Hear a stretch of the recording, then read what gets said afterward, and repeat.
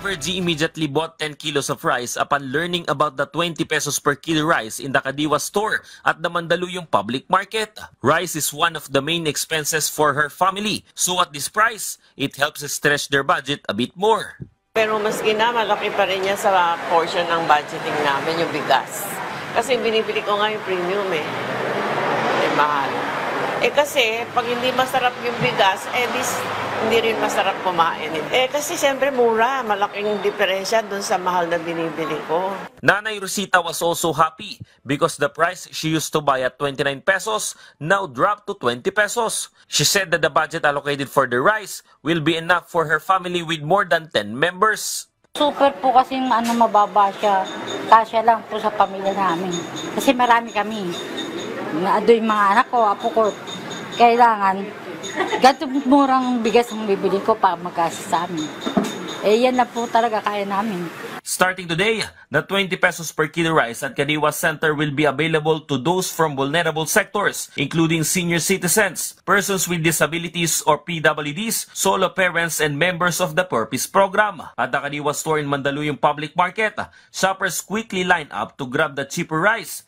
And before half of the day even passed, it had already sold out. The Department of Agriculture or DA emphasized their plan to extend the program, which not only helps the vulnerable sector, but will benefit also others as well, as they aim to sell the affordable rice to the lower middle class or minimum wage earners who are also struggling with rising prices of primary commodities. This is also seen as a big help to those who wants to save money, as this week, cheaper rice will be made available in more than 30 Kadiwa stores in various parts of the country. We will be in 32 centers and markets this week. Ang usual naman po natin na base po sa run natin ng 29 P29, yun po yung nauubos natin, nasa 30 bags of 50 kilos per week ang average. Sa outside Metro Manila ngayon, meron po tayo sa Bulacan, meron din po tayo sa Calapan.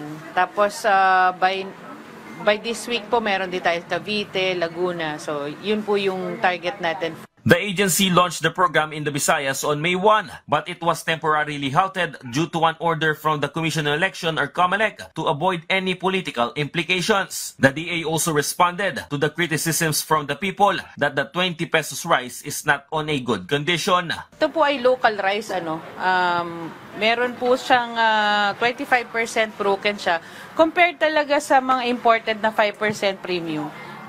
Iba po talaga yung quality niya, pero definitely po ito nga po yung sinasaing namin sa DA, no, ito rin sa bahay namin, maganda po siya maalsa. Yun nga lang po, makikita natin yung grain, hindi po ganun kabuo dahil nga po 25% broken ito, at yung kaputian niya, syempre yung ina-expect nating maputi na bigas, hindi po siya ganun kaputi, pero definitely masarap naman po siya at malambot, maalsa. The agency also showcased that they had been delivering 30 to 50 sacks of rice per week to Kadiwa stores when it was still being sold at 29 pesos per kilo, proving that the cheaper rice will likely be a hit with consumers too.